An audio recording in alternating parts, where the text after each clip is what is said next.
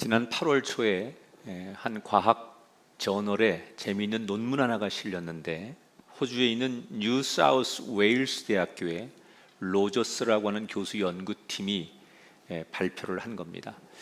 주제가 뭐냐면, 지금도 그 아프리카 같은 데 가면 사자나 이 표범 같은 맹수들이 종종 마을의 가축을 공격하는데, 이러한 맹수들로부터 가축을 지킬 수 있는 방법이 뭘까? 그래서 연구팀이 4년에 걸쳐서 연구를 하는데 이렇게 합니다. 소 2,000마리를 세 그룹으로 나누어요. 그리고 첫 번째 그룹에는 소 엉덩이에다가 눈을 크게 그려 놓습니다. 그리고 두 번째 그룹에는 엉덩이에다가 십자가를 그려 놓습니다. 그리고 세 번째 그룹에는 아무 그림도 그리지를 않고 2,000마리를 세 그룹으로 나누어 놓고 4년 동안 이 소들이 어떻게 지내는가를 관찰하는 거예요. 4년이 지났습니다. 아무 그림이 없는 그룹에서 15마리가 맹수들의 공격을 받아 죽었습니다. 십자가 표시로 그려놓은 그룹에서는 4마리가 공격을 당해서 죽었습니다. 그런데 엉덩이에다가 눈을 그려놓은 그룹에서는 한 마리도 공격을 당하지 않고 다 살았습니다. 왜 이런 결과가 나왔느냐? 맹수들이 사냥을 할 때는 그 자기들의 사냥감 몰래 살금살금 다가가는데, 다가가서 공격을 하려고 하다 보니까 맹수들이 그 사냥하려고 하는 그 소 엉덩이 뒤에 눈이 있는 거예요. 그러니까 맹수들이 무슨 생각을 하느냐? 제가 날 지금 쳐다보고 있네. 내가 자기한테 다가가는 걸 제가 지켜보고 있네. 내가 들켰구나. 이렇게 맹수들이 생각한다는 거예요. 그래서 주변의 시선, 주변의 환경에 따라서 맹수들도 공격을 하기도 하고 멈칫하기도 한다. 그런 차이가 있다라고 하는 연구 결과를 내놨어요. 맹수만 그런 게 아니에요. 우리 인간도 종종 주변의 눈치를 살피고 삽니다. 타인의 시선을 의식하고 살죠. 그래서 요즘 우리가 가장 많이 쓰는 말 가운데 하나, 넌 왜 이렇게 눈치가 없냐? 이 말은 굉장히 그 주변 사람들을 의식하지 않고 살아가는 사람들에게 던지는 메시지예요. 이 현대인들이 가장 스트레스 받는 게 주변 사람들이 나를 어떻게 보느냐, 그리고 나는 어떻게 행동해야 되느냐, 이것 때문에 스트레스를 많이 받아요. 심지어 타인의식 증후군이라고, 너무 주변 사람들의 그 시선과 환경에 스트레스를 너무 많이 받아서 이게 병이 생기는 사람, 타인의식 증후군이라고 하는데, 물론 우리가 사람이 더불어 살아가는 세상이니까 주변 사람들의 눈을 의식하지 않고 살 수 없어요. 뭐 나 혼자 좋다고 내 맘대로 산다는 것은 안 되지요. 그러나 지나칠 정도로 너무 주변을 의식하느라고 자기 자신을 잃어버리거나 더 소중한 가치를 잃어버리면 안 된다. 주변을 의식하지만 이것보다 더 중요하게 의식해야 될 게 있는데, 성경에 그렇게 산 사람의 이야기가 오늘 창세기 39장에 등장하는 요셉의 이야기예요. 지난 시간에 38장에서 우여곡절 끝에 하나님이 유다 집안을 통해서 후손을 이어주는 이야기를 소개해드렸어요. 이제 요셉의 모든 형제들은 각각 결혼을 하고 가정을 갖고 자신의 삶을 꾸려 나가고 있었습니다. 이때 이집트로 끌려간 요셉은 어떻게 살고 있는지 성경은 다시 우리들을 요셉이라는 인물로 이끌어내고 있어요. 오늘 본문은 1절에 이렇게 소개합니다. 요셉이 이끌려 애굽에 내려가매 바로의 신하 친위대장 애굽 사람 보디발이 그를 그리로 데려간 이스마엘 사람의 손에서 요셉을 사니라. 자, 상인들에 의해서 노예로 팔려간 요셉이 시장에서 이렇게 저렇게 사람들에게 보이다가 최종 누구의 노예가 되느냐? 이집트의 왕 경호대장이었던 보디발이라고 하는 사람의 노예가 됩니다. 한마디로 엄청난 고위직의 집안의 노예가 된 거예요. 이렇게 노예 생활이 시작이 되었는데, 낯선 땅에서 신분이 추락한 노예로 사는 요셉이 얼마 지나지 않아서 오늘 성경이 뭐라고 증언하느냐? 노예들 가운데 주인에게 가장 사랑받고 인정받는 노예가 되었다. 노예 가운데 가장 성공한 노예예요. 근데 왜 그러면 짧은 시간 안에 외국인 히브리 노예가 이집트에 가서 그렇게 빠른 시간 안에 인정을 받을 수 있었느냐? 그 이유도 자세하게 성경이 소개를 해놨어요. 2절에 보니까 여호와께서 요셉과 함께 하심으로 그가 형통한 자가 되어 그의 주인 애굽 사람의 집에 있으니. 오늘 우리가 창세기 39장을 같이 나누는데, 이 39장에서 가장 많이 반복하고 강조하는 문장이 있어요. 따라합시다. 여호와께서 요셉과 함께 하심으로. 이 말을 무려 오늘 한 장에서 4번을 반복해요. 그러니까 오늘 39장에서 우리들에게 가장 하고 싶었던 강조점이 있는데, 여호와께서 요셉과 함께 하심으로. 요셉이 보디발의 집에 들어간 날부터 모든 게 너무너무 잘 되는 거예요. 농사를 지으면 농사도 잘 되고, 가축을 키우면 가축들이 새끼도 잘 낳고, 무럭무럭 잘 자라고, 무슨 계획하는 일이 있으면 너무너무 일이 잘 되는 거예요. 그래서 그 가운데 있었던 요셉이 인정을 받기 시작하는 거예요.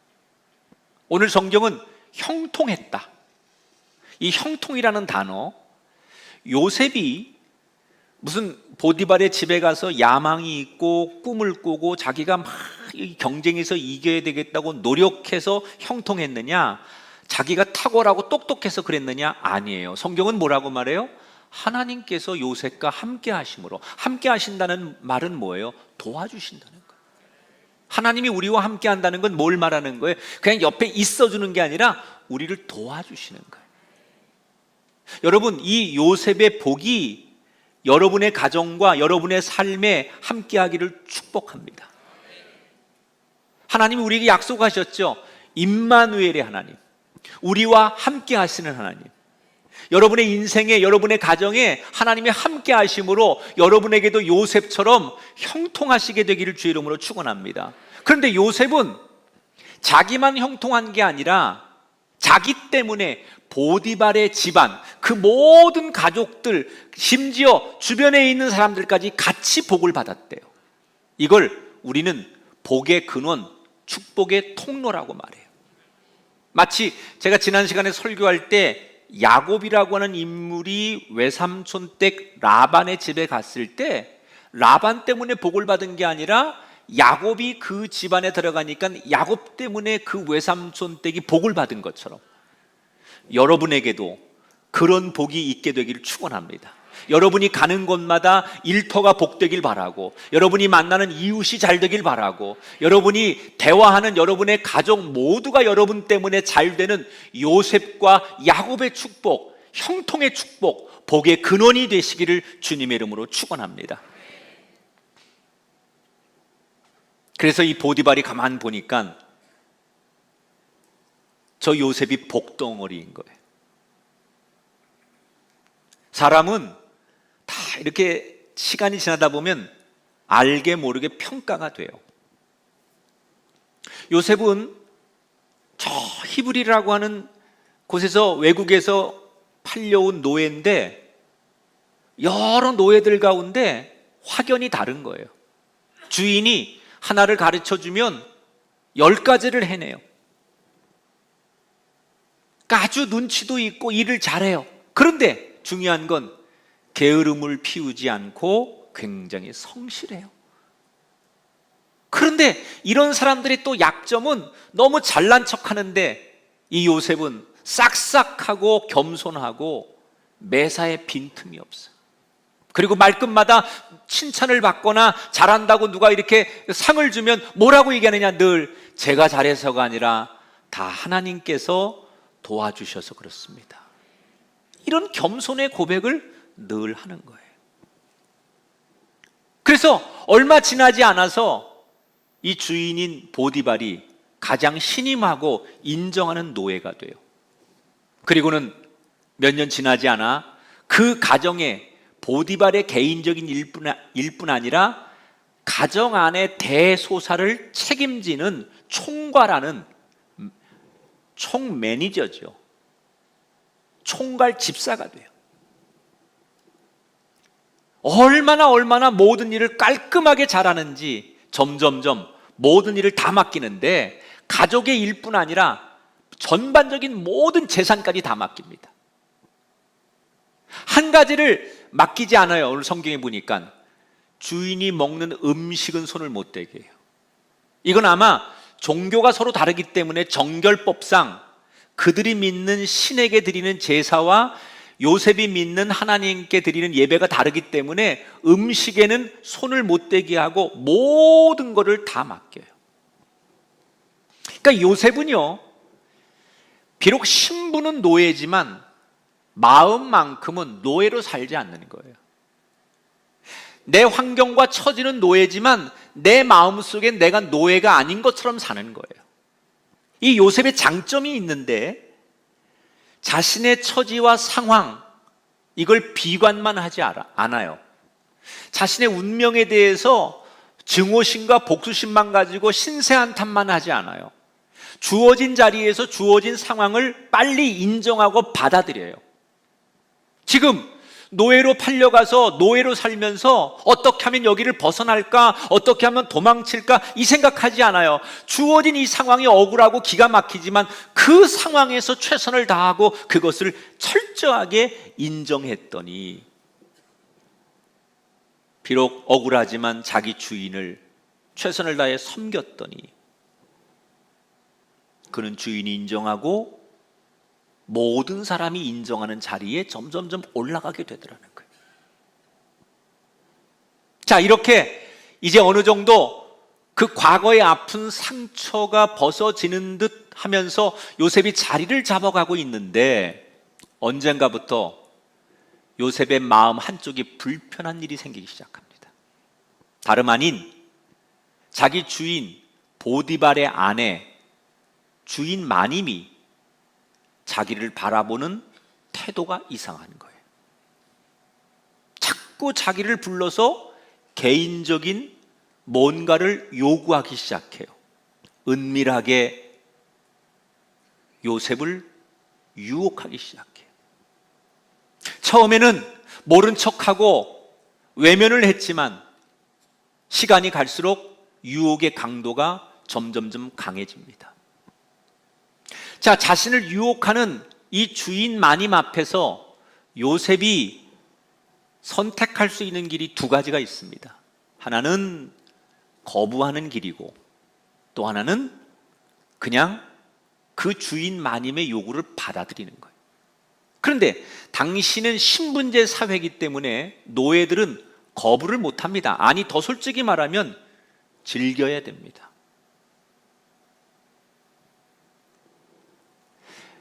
주인 마님의 눈에 들었다는 얘기는 자기의 신분 상승할 수 있는 절호의 기회입니다.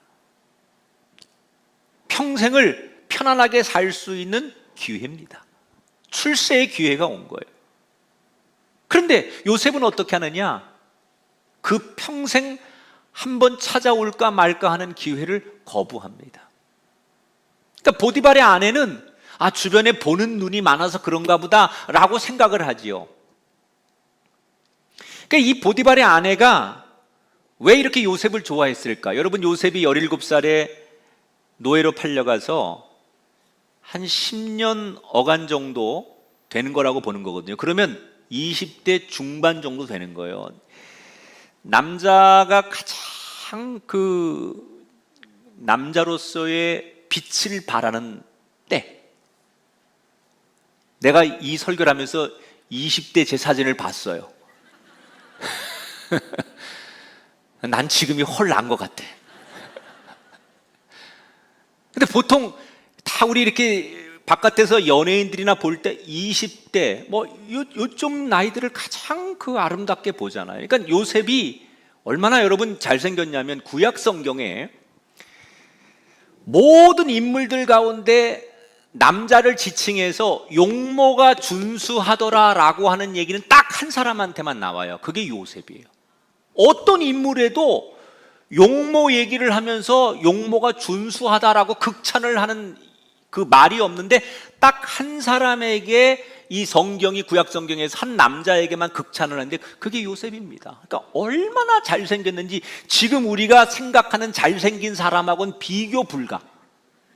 얼마나 멋있게 생겼는지 이 주인마님이 요셉을 유혹하는 거예요. 그러던 어느 날 드디어 올 것이 오고 말았어요.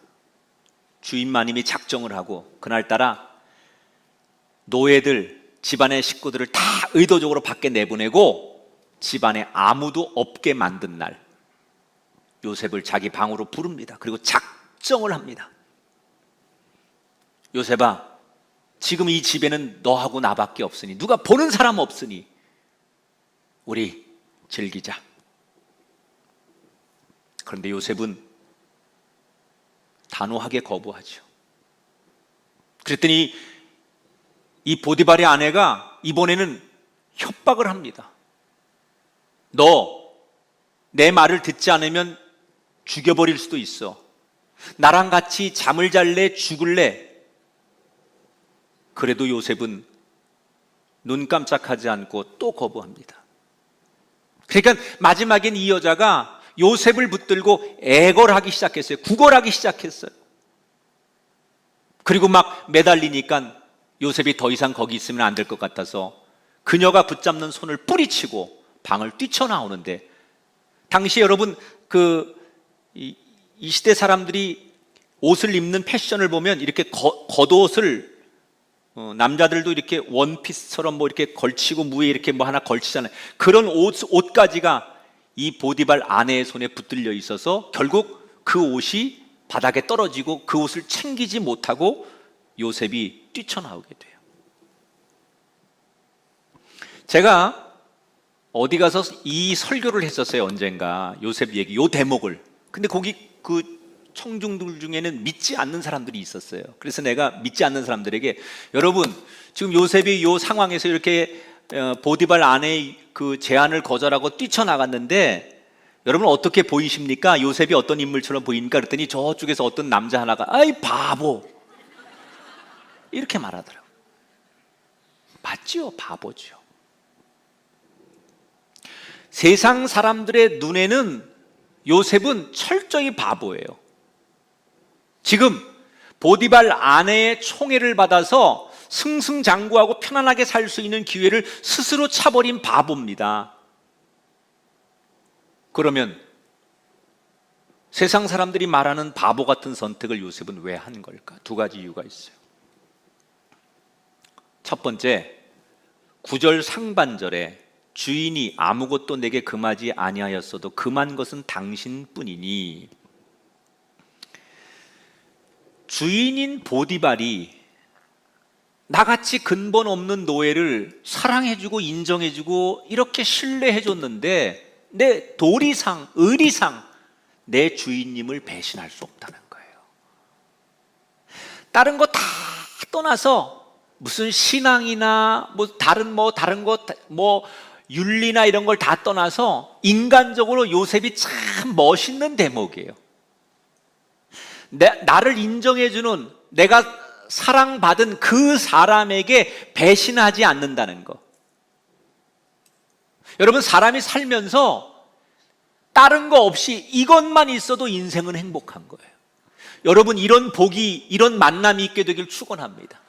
정말 어떤 손해가 와도 어떤 어려움이 와도 그 신뢰 관계를 잃어버리지 않으려고 노력하는 이 요셉과 같은 만남이 여러분에게도 있게 되기를 주의 이름으로 축원합니다. 두 번째, 왜 바보 같은 선택을 했느냐? 9절 하반절에 보니까 어찌 이 큰 악을 행하여 하나님께 죄를 지으리이까? 따라합시다. 하나님께 죄를 지으리이까? 자, 보디발의 아내는 뭐라고 말해요? 여기 아무도 없다. 너와 나밖에 없다. 이렇게 말해요. 그런데 요셉의 생각은 달랐어요. 우리 둘만 있는 게 아니라 이곳에 또 다른 한 분이 있음을 요셉은 느껴요. 뭐라고 말해요? 우리 둘만 있는 게 아닙니다. 우리 둘만 이 장면을 보는 게 아닙니다. 하나님이 보고 계십니다. 이 대목은요, 이건 어떻게 해석해야 되느냐? 분명히 우리 둘만 있는데 어떻게 너는 하나님이 이걸 보고 있다고 말하느냐라고 하는 이 대목은 영적 감각이 있는 사람만 얘기할 수 있는 거예요. 육적인 눈으로는 둘밖에 없죠. 모든 사람이 다 나간 거예요. 그러나 영적인 감각, 영적인 눈으로 의식하면 하나님이 보이는 거예요. 결국 믿음 생활을 잘하는 사람들의 공통점은 늘 어느 중요한 순간순간마다 창조주 하나님을 자꾸 기억해내는 거예요. 위기의 순간에, 어려움의 순간에, 유혹의 순간에 창조주 하나님을 기억하는 사람, 떠올리는 사람, 영적인 감각이 예민한 사람은 하나님을 의식하게 된다는 거예요. 그렇기 때문에 요셉은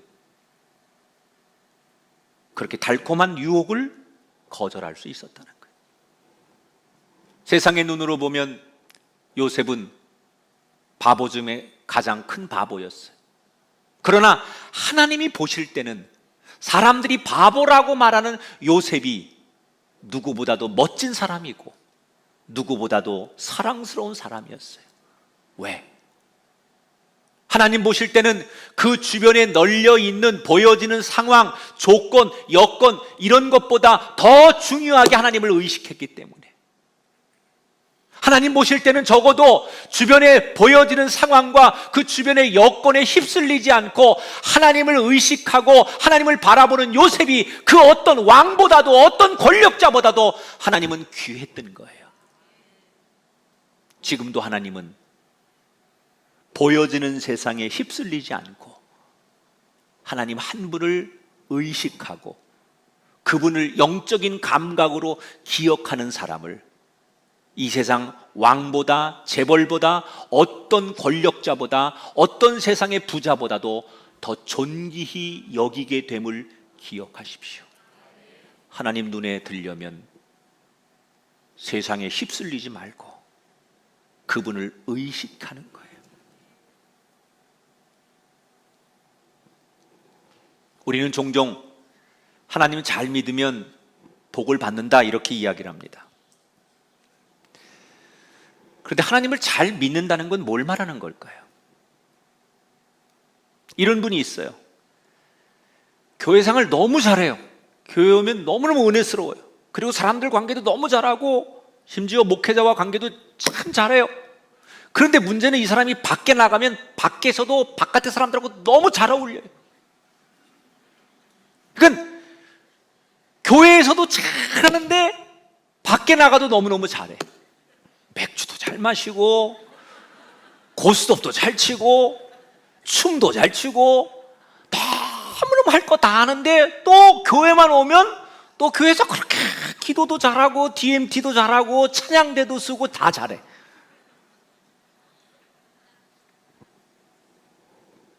뭘 말하는 걸까요? 이분 같은 경우는 밖에 나가서 주변 사람들을 의식하면서 선택적으로 하나님을 찾는 거예요.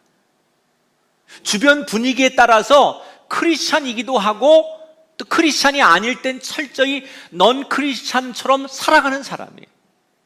그러면 불편한 거 없을 것 같지요? 그렇게 되면 여러분 처세술이 좋은 것 같고 두루두루 다 잘 지내는 것 같지요? 세상은 그런 사람을 좋아합니다. 교회 다니면서도 너무 막히지 않고 우리들과 잘 어울려주는 그런 사람을 세상 사람들은 욕하지 않습니다. 그런데 그게 잘 믿는 거냐? 하나님 보실 때 아니라는 거예요. 잘 믿는다는 건 뭘 말하는 거냐? 세상 주변을 의식하는 것보다 제일 먼저 하나님을 의식하는 거예요. 때때로 나 혼자만의 시간일지라도, 아무도 없는 나 혼자만의 공간일지라도 하나님을 의식하는 사람은 작은 유혹 앞에도 자기를 지킬 수 있는 요셉의 삶을 누릴 줄 믿습니다. 하나님을 의식해라. 영적인 감각이 있는 사람, 조금만 터치를 해도 하나님이 생각나고 하나님이 의식되는 삶을 살 때 요셉의 형통의 삶이 우리에게도 임하게 될 줄 믿습니다. 거절을 당한 이 주인 마님의 기분이 어땠을까요? 당황스러웠겠죠. 그동안 아마도 추측컨대 여러 노예들에게 이런 식으로 이 주인 마님은 자신의 힘과 지위를 이용해서 적당히 즐겼던 것 같아요. 한 번도 자신을 거절한 사람이 없었어요. 자존심이 상했을 겁니다. 자존심이 센 사람이 자존심의 상처를 입으면 어떻게든지 보상을 받으려고 합니다. 보디발의 아내도 그랬어요. 자존심의 상처를 입으니까 이걸 어떻게 복수할까? 그래서 이때부터 철저한 사랑과 전쟁에 나오는 복수를 합니다. 거짓 연기를 하기 시작합니다. 소리를 지릅니다. 당시에 여자가 만약에 어떤 겁탈을 당하는 상황이 됐는데 소리를 지르지 않으면 이거는 암묵적 동의를 했다고 해서 여자에게도 책임을 물어요. 그러니까 소리를 질러야 돼요. 그러니까 이 요셉이 뛰쳐나간 다음에 빈 방에서 혼자 소리를 지릅니다. 그리고 사람들이 뛰쳐 들어오니까 뭐라고 말하느냐? 저 히브리 놈이 나를 겁탈하려고 했다. 그 증거가 여기 남겨진 옷이다. 그러면서 요셉의 겉옷을 흔들며 심지어 눈물을 흘리며 내가 겁탈을 당할 뻔했다라고 얘기를 합니다. 보디발의 아내는 상처난 자존심을 이 거짓말로 찾고 싶었던 거예요. 온 집안이 발칵 뒤집혔습니다. 곧 다른 종들에 의해서 요셉은 끌려오고 주인인 보디발이 진짜냐고 묻기 시작합니다. 요셉이 너무 억울하니까 아닙니다. 사실은 절대 아닙니다. 그리고 있는 그대로 얘기를 해봤지만 신분제 사회에서 노예였던 요셉의 말을 믿지 않아요. 아니, 신분이 노예인 요셉이 주인을 이길 수가 없는 거예요. 결국 억울하지만 요셉은 누명을 쓰고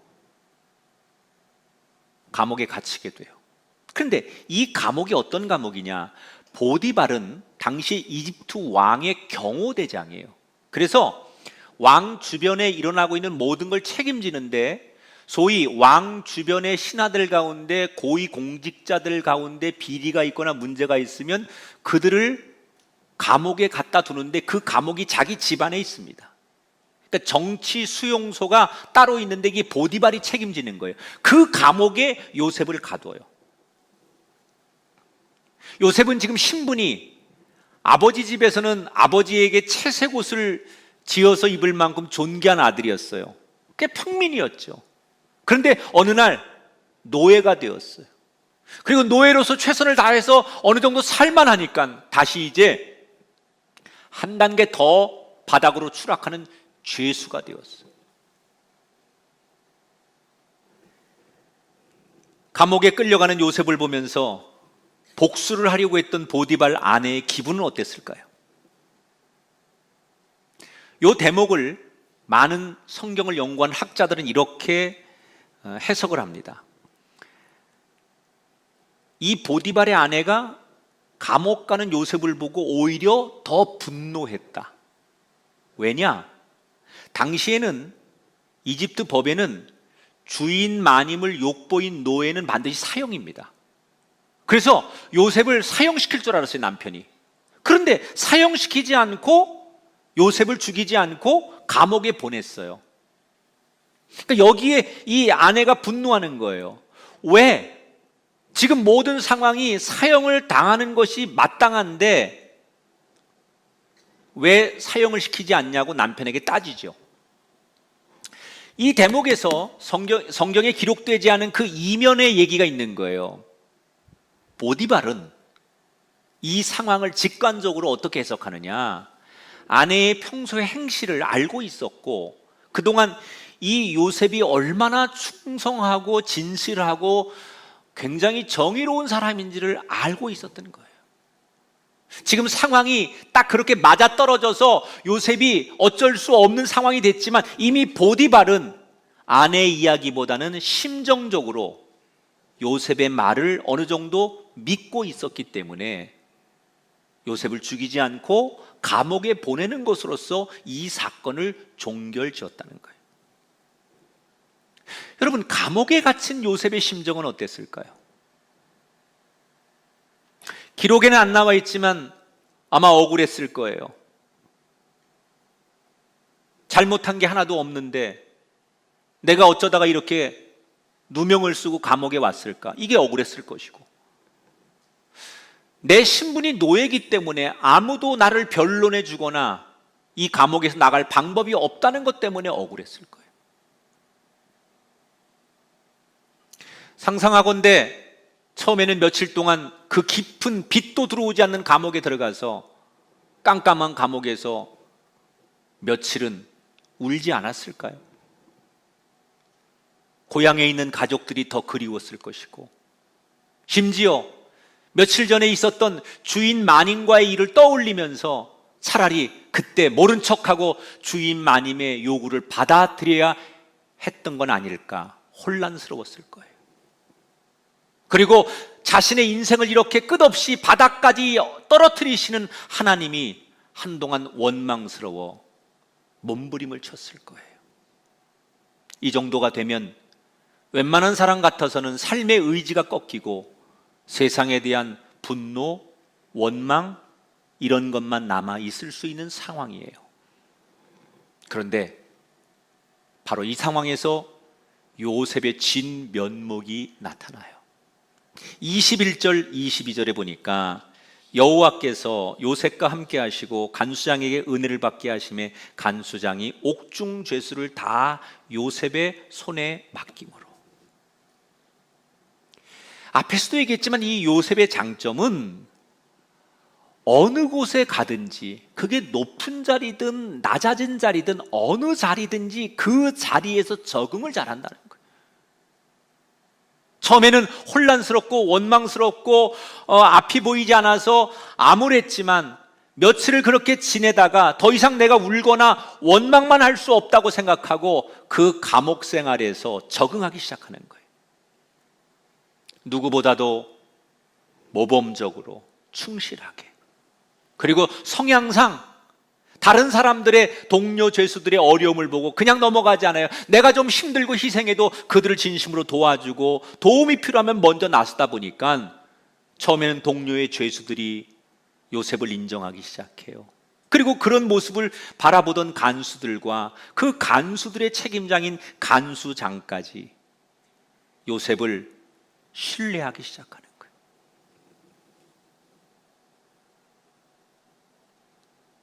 그래서 그 감옥의 간수장, 책임자가 웬만한 일을 요셉에게 맡겨도 되겠다고 생각해서 일을 맡기는 이야기로 오늘 성경이 39장이 막을 내려요. 자, 당시의 이 고대 사람들은 신을 안 믿는 사람이 거의 없었어요. 그런데 이 당시 사람들의 신관이라는 게 뭐냐면 자기가 믿는 신이 있다. 그런데 이 신은 내가 살고 있는 이 지역만 관할한다.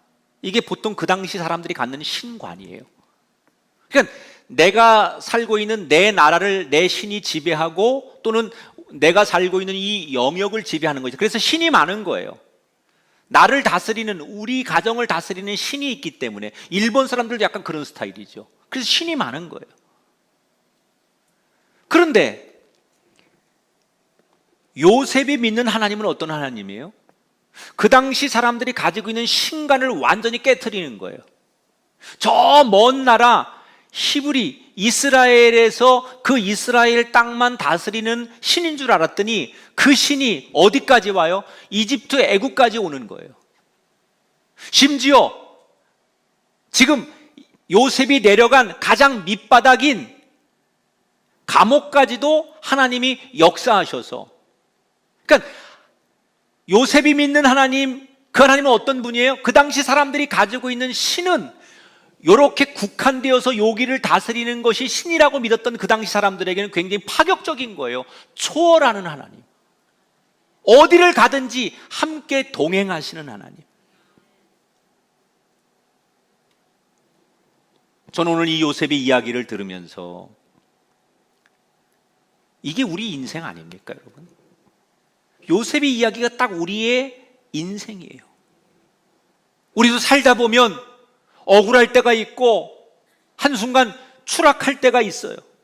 그래서 삶의 의지가 절망적이고 낙심하고 그러는 게 우리의 삶이에요. 우리가 그렇게 살아왔어요. 그러면 왜 하나님은 분명히 요셉과 함께 하심으로 요셉이 형통하게 하셨다고 그랬어요? 그러면 형통이라는 게 뭐예요? 요셉이 노예 안 되는 거고, 요셉이 감옥 안 가는 거고, 요셉이 승승장구해서 누명 안 쓰고 억울한 일 생기지 않게 하는 게 우리가 생각하는 상식적인 형통이에요. 그런데 왜 하나님은 요셉을 형통하게 하신다며 요셉과 함께 하시는데, 요셉이 억울하게 노예로 팔려가고 노예가 되고 누명을 쓰고 감옥에 가는데 무슨 형통이라고 말할 수 있느냐? 형통의 개념을 우린 잘 세워야 돼요. 만약에 지금 요셉에게 이런 감옥까지 노예가 돼서 내려가는 이 경험이 없었다면 앞으로 닥칠 7년의 대흉년 때 하나님의 계획은 요셉 한 사람만이 아니라 요셉으로 인해서 그의 가족과 그의 민족과 심지어 이집트 사람까지 다 살려내는 게 하나님의 계획이에요.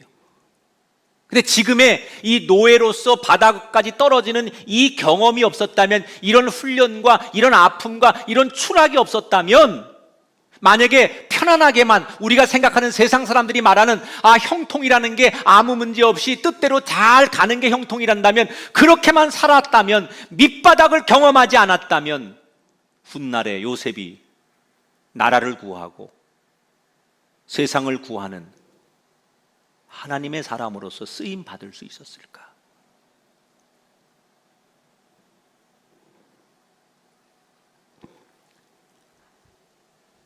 성경이 말하는 형통은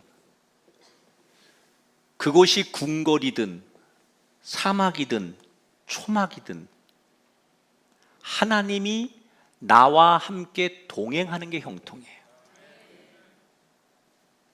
세상 사람들이 말하는 형통은 일정한 선이 무너지지 않는, 부자가 되고 기도한 대로 척척 합격하고 내가 생각한 뜻대로 내 인생이 굴러가는 걸 형통이라고 말하지만, 성경이 말하는 건 그게 형통이 아니에요. 여러분, 오늘도 많은 분들이 보니까, 글 보니까 병상에서 예배하시고 아픈 환자들, 또는 어떤 아까 보니까 어떤 분이 왜 내 아기를 하나님이 데려가셨는지 아직도 그것이 너무 이해되지 않습니다라는 그런 고백을 올리셨는데, 인간적으로 너무 마음 아픈 일들이죠. 그러나 형통이라는 것은 내가 병상에 누웠던, 아니면 이렇게 요셉처럼 내가 가장 밑바닥까지 추락한 삶이 되었어도 거기에서 하나님이 나와 함께 하시면 그게 형통이에요. 지금 요셉이 감옥에 갇혔는데 그 감옥 안에서 하나님이 함께 하니까 그 안에서, 그 주어진 상황에서 요셉이 걸어갈 수 있는 길을 하나님 만들어 주시는 게 형통이라는 거예요.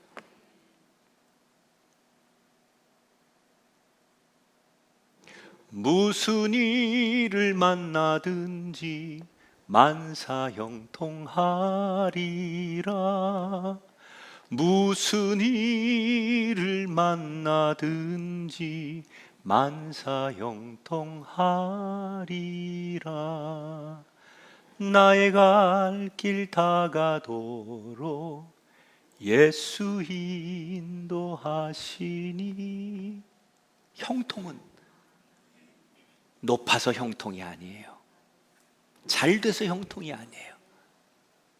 어디에 있든지 나와 동행해 주시면 그게 형통인 줄 믿습니다. 저는 여러분의 삶에 요셉에게 임했던 진정한 형통이 임해지기를 주 이름으로 축원합니다. 결국 요셉의 삶을 요약하면 이거예요. 세상이 나에게 어떻게 하느냐가 문제가 아니라 내가 하나님 앞에 어떻게 사느냐가 문제라는 거예요. 상황이, 환경이 어떠냐가 문제가 아니라 내가 그 상황에서 주님과 동행하느냐가 문제라는 거예요.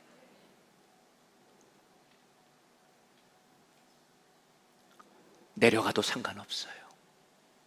가장 밑바닥으로 떨어져도 상관없어요.